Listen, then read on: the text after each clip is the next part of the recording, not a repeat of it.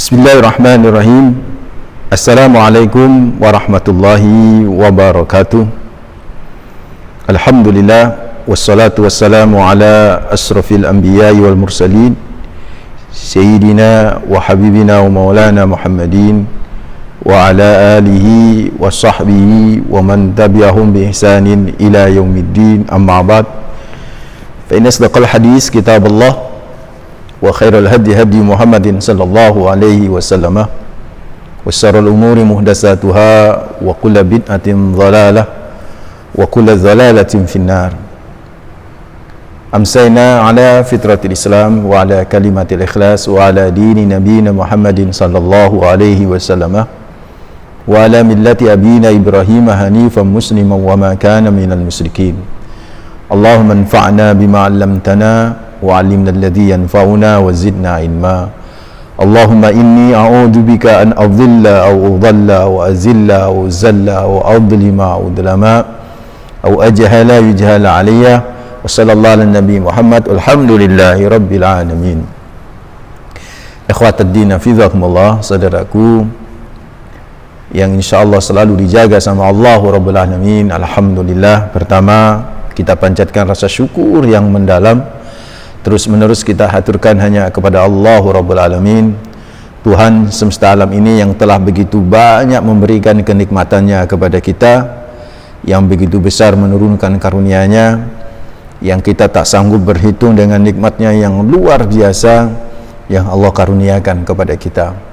Yang bisa kita lakukan terhadap nikmat-nikmatnya adalah selalu bersyukur. Minimal wujud syukur itu adalah di setiap helaan nafas, tidak lepas untuk selalu mengucapkan kalimat hamdalah alhamdulillahi rabbil alamin. Yang kedua, salam dan salawat terus kita persembahkan kepada manusia terbaik, pemilik pribadi yang sempurna, yaitu Rasulullah Muhammad sallallahu alaihi wasallam. Semoga salam dan salawat kita kelak bisa menjadi syafaat bagi kita di hari akhir. Amin ya rabbal alamin. Ikhwatad din hafizakumullah, saudaraku, bapak ibu yang insyaallah selalu dijaga sama Allah rabbul alamin. Alhamdulillah bisa bersua kembali, meskipun kita masih ngaji yang bersifat virtual. Insyaallah tetap mudah-mudahan selalu mendapatkan berkah Allah rabbul alamin.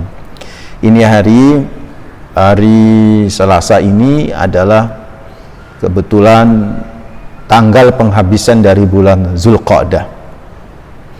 Ini adalah tanggal 29 Zulqa'dah. Esok hari kita akan masuk tanggal 1 Zulhijjah insyaallah. Maka alangkah indahnya kalau kita dalam melangkah kepada sesuatu kita tahu ilmunya. Karena itu supaya kita tahu nanti ketika kita memasukin tanggal 1 Zulhijjah ini atau bulan Zulhijjah, apa yang harus kita lakukan, apa yang harus kita kerjakan. Maka pada sore hari ini kita ingin mencoba membahas hari-hari mulia yang dibuat sumpah sama Allah Rabbul Alamin, yaitu 10 awal Zulhijjah. Kita ambil dari firman Allah surat Al-Fajr ayat yang ke-1 dan yang ke-2. Allah berfirman, wal fajri walayalin ashar, demi waktu fajar dan demi malam-malam yang 10. Kebiasaan di dalam Al-Quran, apabila Allah hendak menunjukkan kemuliaan sesuatu kepada hambanya, kepada kita, Allah bersumpah dengan waktu atau bersumpah dengan yang lainnya. Bahkan terkadang yang dibuat sumpah itu sendiri sama Allah adalah sesuatu yang mulia. Ketika Allah bersumpah wattin wazaitun waturi sinin wa hadzal baladil amin, misalnya, demi buah tin, demi buah zaitun, demi bukit Sinai, dan wa hadzal baladil amin, demi negeri yang aman ini, yang dimaksud Mekah al-Mukarramah. Maka sesuatu yang dibuat sumpah sama Allah tersebut biasanya adalah sesuatu yang mulia. Demikian pula ketika Allah bersumpah dengan yang lain.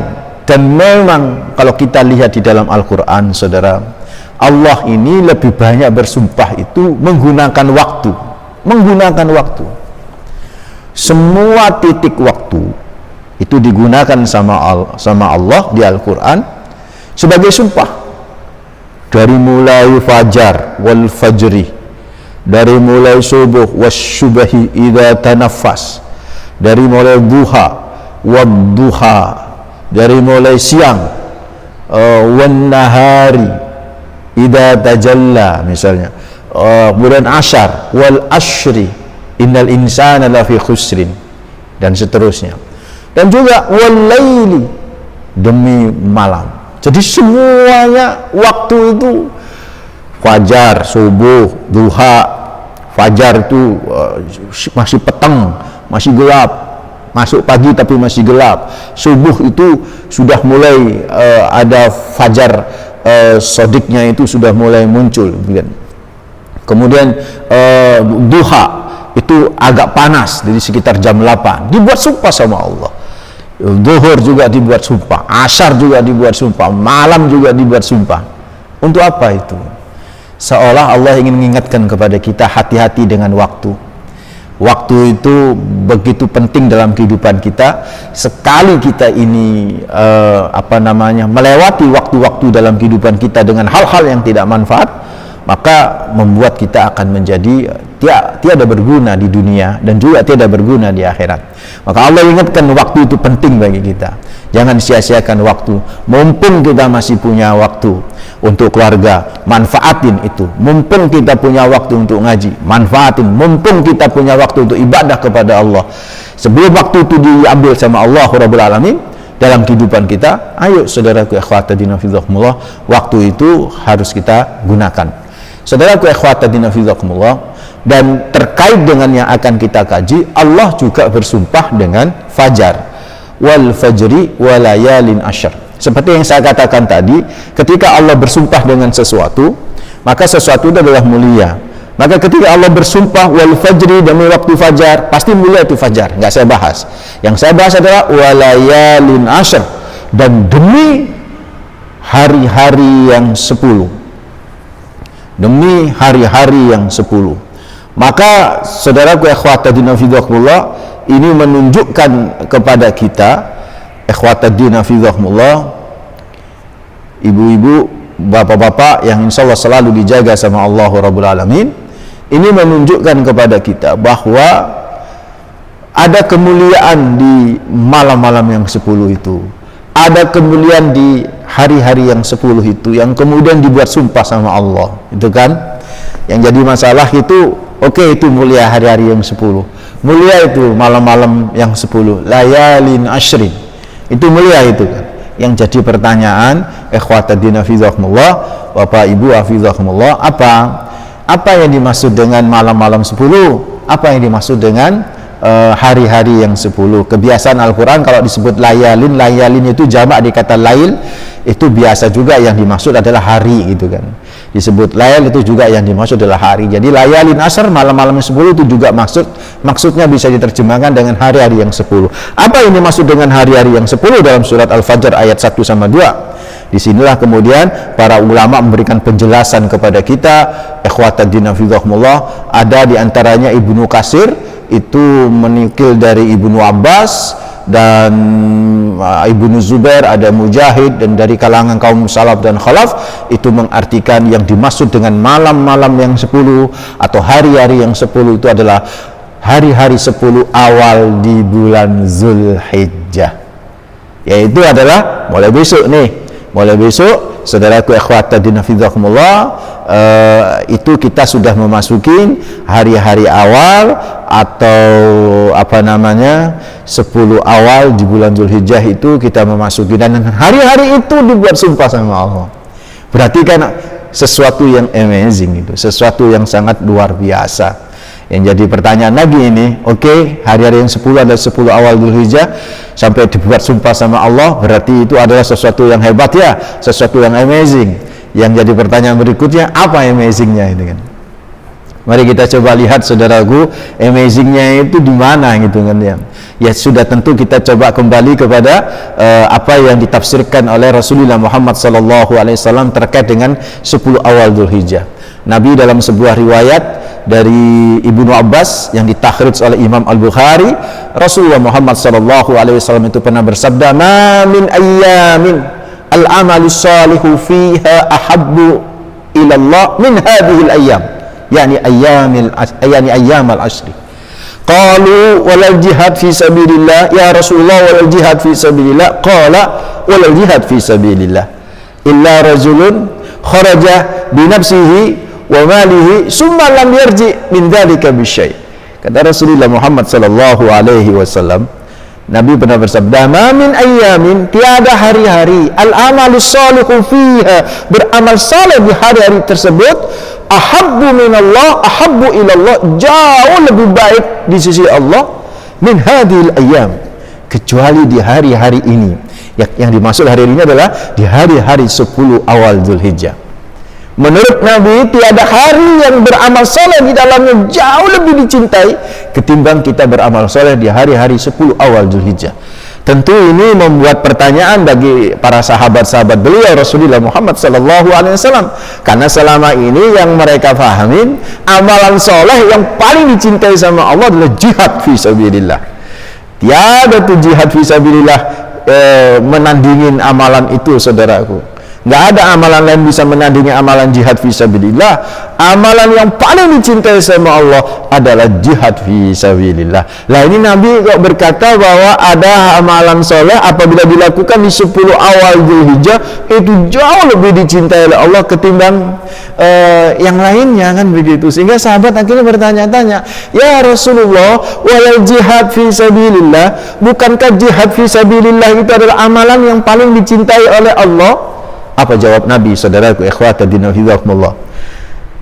Qala walal jihad fi sabilillah. Nabi nyatakan tidak. Amalan jihad fi sabilillah tidak bisa menandingin amalan saleh yang dilakukan di 10 awal Dzulhijjah. Wow, luar biasa kan? Dan kata Nabi, illa, kecuali yang bisa menyamai amalan saleh di 10 awal Dzulhijjah. Kan yang tadi dikatakan oleh Nabi sangat dicintai oleh Allah, yang bisa menyamai amalan soleh di 10 awal Dzulhijjah itu hanya adalah rajulun kharaja bi nafsihi wa mali, yaitu seseorang yang keluar ke medan perang, berjihad, mengorbankan jiwanya, mengorbankan hartanya, summa lam yarji min dzalika bi syai', dan dia gugur di medan perang, nggak balik lagi tuh. Itu yang bisa menyamai amalan soleh di 10 awal Dzulhijjah. Dengan bahasa lain, amalan soleh di 10 awal Dzulhijjah itu, saudaraku ikhwatadina fizakumullah, Masya Allah, itu adalah pahalanya setara dengan orang yang gugur di medan perang dalam kondisi syahid di sisi Allah Rabbul Alamin. Seolah orang yang beramal soleh mulai besok nih 1 Dzulhijjah sampai tanggal 10 Dzulhijjah, Masya Allah, amalan solehnya itu setara dengan mati syahid. Karena itu saudaraku ikhwatadina fizakumullah, jangan sampai kita lewatkan tuh mulai besok nih. Makanya ini alhamdulillah ngajinya nih pas nih. Dan mudah-mudahan nih ikhwatadina fizakumullah, bagi yang baru dengar, kalau masih ada tersisa hari di 10 awal Dzulhijjah, ayo tetap kita harus ngamalin tuh sebisa mungkin. Jadi kalau hari ini nih ibu-ibu yang via Zoom ini, ini kebetulan saya rekam juga ya, yang via Zoom ini ngaji dapat pahala kan? Hari ini dapat pahala kan ngaji. Anda besok ngaji lagi atau Selasa yang akan datang kan sudah masuk kategori 10 awal Dzulhijjah, itu ngaji. Masya Allah, saudaraku ikhwatadina fizakumullah, itu nilainya juga setara dengan 10 setara dengan mati syahid. Jadi kalau hari ini tadi kita sholat asar misalnya gitu kan ya, itu dapat pahala. Tapi kalau dilakukan nanti pas 10 awal Dzulhijjah, sholat asar yang kita lakukan, sholat maghrib yang kita lakukan, sholat isya, subuh, duhur, atau semua amalan yang kita lakukan di 10 awal Dzulhijjah, itu pahalanya setara dengan mati syahid, saudaraku. Orang yang gugur di medan perang dan diterima sebagai syahid oleh Allah Rabbul Alamin. Sedekah yang hari ini kita lakukan dapat pahala. tapi biasa pahalanya. Tapi sedekah yang esok hari kita lakukan di pas 10 awal Dzulhijjah, Masya Allah, setara dengan jihad fisabilillah. Bukan setara dengan jihad ya, tapi setara dengan orang yang mati di medan perang ketika berjihad fisabilillah, yaitu orang yang gugur mati syahid, saudara. Allahu Akbar, la haula wala quwata illa billah. Karena itu ibu-ibu, bapak-bapak, hafizahumullah, jangan lewatkan nih besok kita untuk beramal soleh, sebanyak-banyaknya dan berkualitas, maksud saya ya. Karena amalan soleh itu bukan dilihat dari banyaknya beramal, tapi ahsanu amala, yang berkualitas amalan yang harus kita lakukan, supaya kita benar-benar bisa mendapatkan keberkahan 10 awal Dzulhijjah yang nilainya setara dengan mati syahid. Nah, sekarang pertanyaan berikutnya, apa saja Ustadz amalan-amalan yang harus kita lakukan di 10 awal Dzulhijjah? Umum, ada amalan umum. Jadi seperti tilawah, kita baca Quran, ngaji kayak begini ini, meskipun via Zoom, kalau di 10 awal Dzulhijjah setara dengan mati syahid, ya kan? Itu amalan umum, sedekah, amalan umum, sholat, seperti biasalah itu kan ya. Tapi cuman bedanya adalah pahala yang dianugerahkan oleh Allah, amazing, saudara. Namun ada amalan khusus yang memang hanya ada di 10 Dzulhijjah itu, yang kita nggak boleh ngelewatin gitu loh. Apa? Yang pertama adalah takbiran.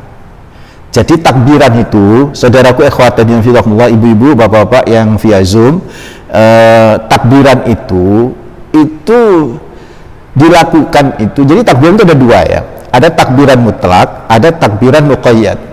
Kalau takbiran mutlak itu takbiran yang kita baca, yang kita ucapkan, itu mutlak, tak terikat waktu dan tak terikat ruang, tempat. Kapan saja kita bertakbiran. Nah, untuk takbiran mutlak ini di 10 awal Dzulhijjah dimulai besok tanggal 1 sampai dengan tanggal 9 subuh. Kalau yang berhaji itu nanti sampai zuhur gitu kan ya. Kalau yang nggak berhaji sampai subuh. Itu para ulama seperti itu, karena Ibnu Umar itu menyatakan fa'aksiru fihinna minat tahlil wat takbir wat tahmid. Perbanyaklah tahlil la ilaha illallah, takbir Allahu Akbar, wat tahmid, mengucapkan alhamdulillah.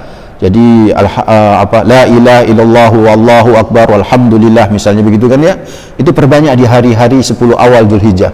Karena di hari-hari 10 awal Dzulhijjah itu, Masya Allah, itu keberkahan luar biasa, pahalanya setara dengan mati syahid. Bahkan Ibnu Umar itu bersama dengan Abu Hurairah ketika masuk tanggal 1 Dzulhijjah, 1 Dzulhijjah ya, belum lebaran, 1 Dzulhijjah. Nah, besok lah misalnya ini ya, kalau di Indonesia, maka itu bergerak itu sampai ke pasar-pasar dan diikutin oleh kebanyakan masyarakat. Yang diunggah oleh Imam Bukhari rahimahumullah, beliau menyebutkan waqala Ibnu Abbas wadkurullaha fi ayyamin ma'lumat ayyamul ashr. Ibnu Abbas berkata, berzikirlah kalian kepada Allah di hari-hari yang ditentukan, yaitu ayyamul ma'lumat. Yang dimaksud ayyamul ma'lumat itu adalah apa? Ayyamul ashr, 10 awal Dzulhijjah. Wal ayyamul ma'dudat ayyamut tasyrik. Kalau hari-hari yang telah ditentukan adalah hari-hari tasyrik. Wa kana Ibnu Umar wa Abu Hurairah yakhrujani ila suqi fi ayyamil asr yukabbirani wa yukabbiru an-nasu bi takbirihima. Kata Ibnu Abbas, Abu Hurairah, Ibnu Umar sama Abu Hurairah itu keluar ke pasar, dan beliau bertakbir berdua ini, dan diikut takbirnya itu oleh kebanyakan manusia. Dan itu terjadi di 10 awal dulu sejak tanggal 1. Makanya ya, cuman kalau di Indonesia ini kalau sampai tanggal 1 takbiran Allahu Akbar, Allahu Akbar, Allahu Akbar, la ilaha illallah, Allahu Akbar, Allahu Akbar walillahil hamd. Bisa ribut itu, dianggap ajaran baru kan begitu. Jadi nggak usah pakai speaker, sudahlah. Kita lagi masak, ibu-ibu ini lagi masak, takbiran. Lagi nyetir mobil kayak sekarang ini takbiran. Tapi kan sekarang jangan takbiran karena kondisinya memang belum masuk tanggal 1. Jadi nanti kalau misalnya pas tanggal 1 saja lagi bermobil, lagi masak di dapur, Allahu Akbar, Allahu Akbar. Karena ini takbir mutlak gitu kan ya. Baru nanti takbiran muqayyad itu tanggal 9 subuh atau setelah zuhur sampai dengan hari tasyrik. Itu setiap selesai sholat fardu itu takbiran selama hari-hari nahar sama hari tasyrik itu. Jadi itu yang dilakukan secara spesial amalan khusus di 10 awal Dzulhijjah. Jadi tadi yang amalan umum bebas ya. Yang khusus ini ya memang adanya cuma di 10 awal Dzulhijjah. Yang kedua apa yang khusus ada di 10 awal Dzulhijjah? Itu puasa 9 hari. Jadi karena Nabi sallallahu alaihi wasallam yasumu tis'al Dzulhijjah. Di Rasulullah Muhammad sallallahu alaihi wasallam dalam riwayat Abu Daud itu disebutkan Nabi itu berpuasa 9 hari di bulan 10 awal Dzulhijjah.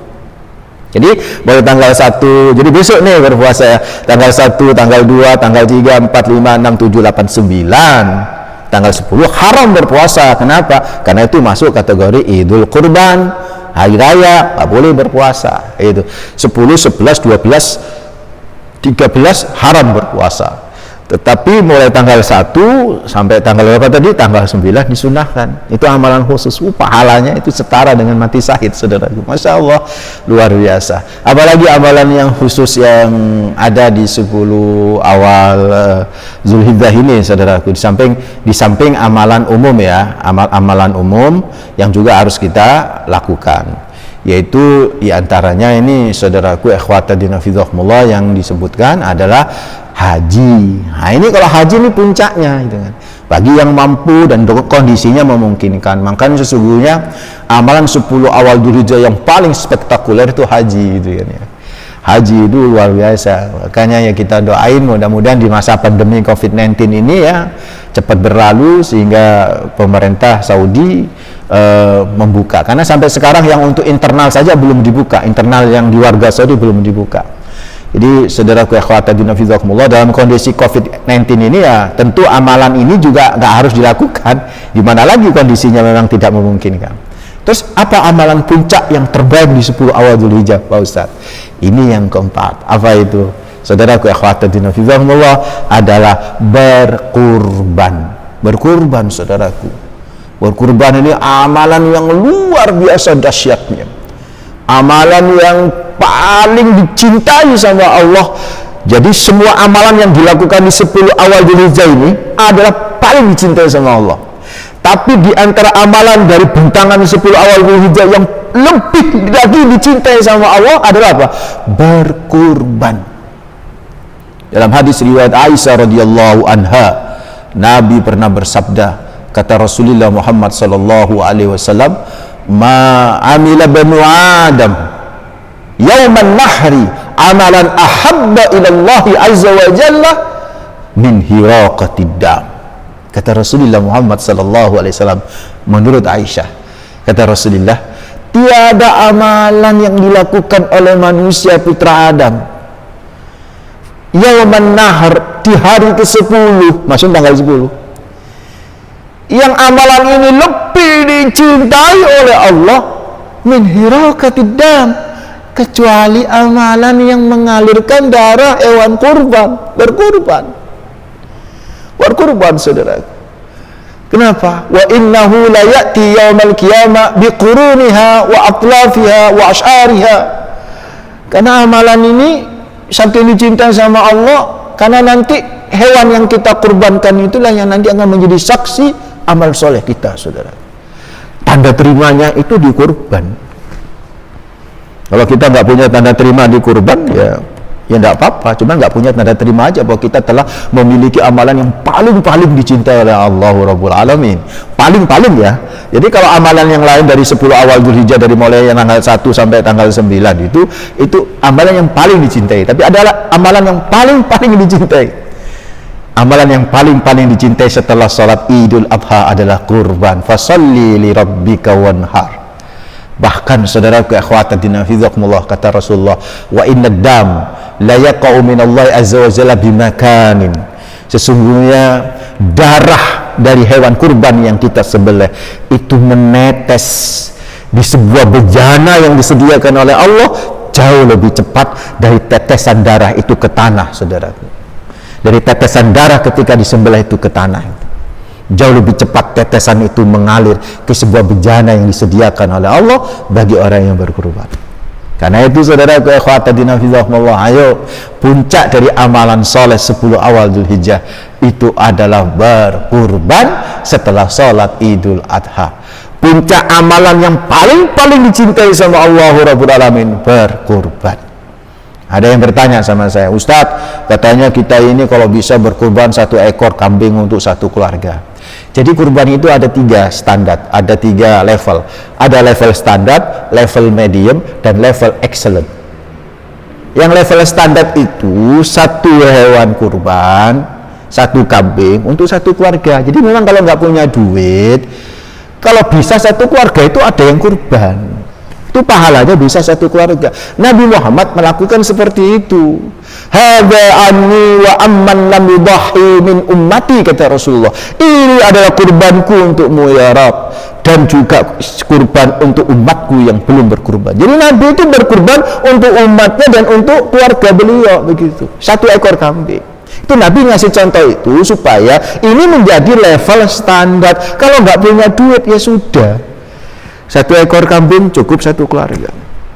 Kalau mau lebih tinggi lagi medium. Medium itu apa? Setiap anggota keluarga kita belikan hewan kurban untuk kita kurbankan atas namanya. Karena Rasulullah juga pernah berkurban atas nama Fatimah Az-Zahra Al-Batul.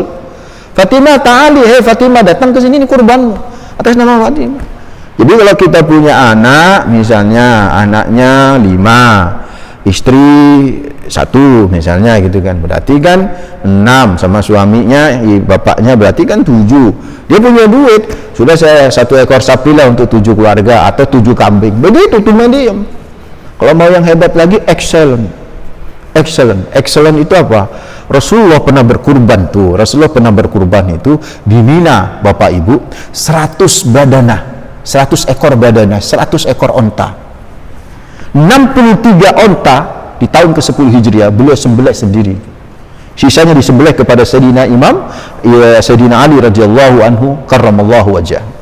Disembelih oleh Sayyidina. Sisanya awalnya 63 onta dewasa disembelih oleh Rasulullah Muhammad SAW. 100 onta. Kalau 1 onta harganya 40 juta, berarti Nabi sudah mengeluarkan 4 miliar. Artinya apa saudara? Ya kalau kita punya duit bermiliar-miliar, korbannya cuma 1 ekor sapi. Itu namanya al-namannu wal kebajutu. Allah lo nggak minta anak kita untuk kita korbankan. Bisa nggak kita mengorbankan anak kita sembelih itu untuk Allah? Nggak mungkin kuat. Belum ada yang bisa menyamai pribadi Nabi Ibrahim Khalilullah. Nggak mungkin kita kuat. Wong anak kita sakit saja kita sudah pontang-panting, sudah paniknya luar biasa. Anak kita kena vonis COVID-19 misalnya itu kan, itu sudah sepanengnya luar biasa gitu misalnya. Anak kita kecelakaan, sepaneng luar biasa. Allah nggak minta itu. Allah nggak minta anak kita, Allah nggak minta istri kita, Allah nggak minta keluarga kita. Allah cuma minta 1 ekor kambing. Itu hanya bukti kecintaan kita kepada Allah. Ngikuti sunnah Nabi apa tidak. Jadi nggak penting kambingnya gede atau kecil, yang penting adalah kesungguhan dan keinginan Anda untuk berkurban, meraih amalan yang paling dicintai oleh Allah. Itu yang diinginkan oleh Allah Rabbul Alamin. La yanalallaha luhumuha wala dimauha walakin yanalu taqwa minkum. Allah tuh nggak melihat apa yang Anda sebelah, tapi Allah melihat untuk apa dan bagaimana motivasi Anda ketika berkurban itu. Kalau motivasi kita ini ngamalin sunnah lah, masa di keluarga ini nggak ada yang berkurban, saya berkurban. Itu saudaraku ikhwatadina fillah. Karena itu ya ibu bapak hafizakumullah, ayo saudaraku ikhwatadina fillah, mumpung nih masih 10 hari lagi ini kan begitu. Kita kalau ada duit lah, kita mencoba untuk berkurban. Boleh berhutang Pak Ustaz? Ada yang membolehkan berhutang selama kita bisa bayarnya. Mungkin hari-hari ini nggak ada duit cash flow, ya sudah, kita harus bisa pinjem, nanti kita bisa bayar. Karena apa? Eman kalau kita nggak berkurban, apalagi dalam satu keluarga nggak ada yang berkurban. Eman banget. Ayo saudaraku, harga kurban yang paling 2 juta, 3 juta. Handphone kita berapa? Gadget kita berapa? Ya nggak? kita gampang ngeluarin duit untuk gadget kita, gampang ngeluarin duit untuk servis ini motor, untuk apa namanya aksesoris dan sebagainya. Tapi untuk Allah, padahal Allah nggak minta anak kita loh ya, Allah hanya minta kambing. Bayangkan kalau Allah mau ngambil anak kita, apa yang terjadi itu, saudaraku ikhwatatina fizakumullah. So, ibu bapak hafizakumullah, kurban adalah puncak amalan yang paling dicintai sama Allah Rabbul Alamin. Beberapa waktu yang lalu saya ngisi pengajian ini di Shah Bandar. Shah Bandar itu tempat orang parkir kapal. Ya, hari kemarin. Terus saya turun dari mimbar. Masya Allah, saya lihat ini bapak ini, kalau saya sebut namanya, tidak minal agniya, tidak termasuk orang yang berkecukupan. Dia yang selalu menghubungi saya untuk pengajian di tempat itu. Dia sudah pensiun, tapi selalu aktif di masjid itu. Dia ngomong gini, Pak Ustadz, setelah mendengar khutbah jenengan, saya tambah semangat berkurban. Saya sebenarnya sudah nyelengin, sudah ada 7 juta, dan ini saya mau mau saya belikan 2 ekor kambing untuk saya kurbankan. Sampai di situ saya bilang, bagus itu Pak, saya bilang. Tapi dia bilang begini, maaf Pak Ustadz, saya kemarin mendengar tetangga saya itu mau masukin anaknya sekolah, disebut sekolahnya, nggak usah sebut di sini ya, karena ini nanti live ya, atau saya share, bayar 7 juta Pak Ustadz. Saya kasihan ngelihatnya. Gimana kalau umpamanya saya alihkan ke sini? Langsung saya bilang, alihkan Pak. Bapak sudah punya niat berkurban, dan itu sama Allah sudah dicatat sebagai niat berkurban dan pahala yang paling dicintai. Dan Bapak mendapatkan juga pahala yang luar biasa karena menolong tetangga tadi yang kekurangan duit untuk mensekolahkan anak. Kenapa saya membolehkan ke situ? Ya karena dia udah niat nih, udah nabung untuk kurban, sampai detik mau membeli hewan kurban, ternyata ada yang lebih membutuhkan. Nah itu nggak ada masalah, itu sudah dialihkan. Insya Allah dapat pahala kurbannya. Kenapa? Ada niat. Bukankah niatul mu'min khairun min amali? Ini yang dimaksud dengan hadis itu, dengan makalah ini. Niatnya seorang mukmin jauh lebih baik daripada amalnya. Artinya seperti itu tadi. Jadi kalau sudah kita berniat, ternyata ada persoalan yang nggak bisa mewujudkan niat itu, tapi bisa dialihkan kepada persoalan yang juga baik, kita udah dapat niatnya, dan itu jauh lebih baik. Begitu tuh saudara ikhwatatina fillah. Ayo ibu bapak hafizakumullah, tekadkan semangat untuk beramal yang paling dicintai sama Allah setelah sholat Idul Adha, berkurban. Mudah-mudahan ini menjadi inspirasi bagi kita semua. Jangan sampai lewat ya, mulai besok tanggal 1 sampai tanggal 10, banyak-banyakin amal soleh yang bersifat umum dan yang bersifat khusus kalau memiliki kemampuan yang terkait dengan 10 awal Dzulhijjah, supaya kita bisa mendapatkan kategori ahabballah, ahabbal amal indallah, yaitu mendapatkan amalan yang paling dicintai di sisi Allahu Rabbul Alamin. Mudah-mudahan bermanfaat. Habis ini kita buka diskusi via Zoom ini. Saya tutup dulu. Aku qouli hadza wastaghfirullah li wa lakum innahu wal ghafurur rahim. Mohon maaf. Assalamualaikum warahmatullahi wabarakatuh.